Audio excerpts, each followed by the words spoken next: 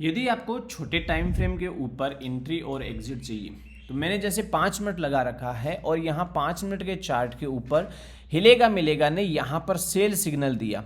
तो क्या यहाँ पर सेल सिग्नल दिया तो इस जगह के ऊपर सेल दिया, उसके ठीक 3-4 कैंडल बाद में यहाँ पर इसने सेल सिग्नल क्रिएट किया है। हाँ ठीक है, क्लियर।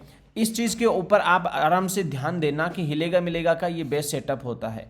जब ये एंट्री और एग्जिट होता है तो पहले ये एंट्री और एग्जिट देता है, बाद में हमारे सेटअप पर एंट्री और एग्जिट आती है।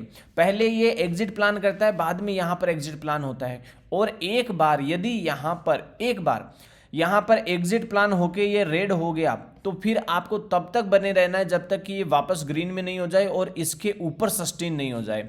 तो यहाँ पर ये सस्टेन होता है तो बेस्ट है, लेकिन ये हिलेगा मिलेगा आपको यहाँ पर बार बार ये देगा कि आपको यहाँ कंफ्यूज नहीं होना है।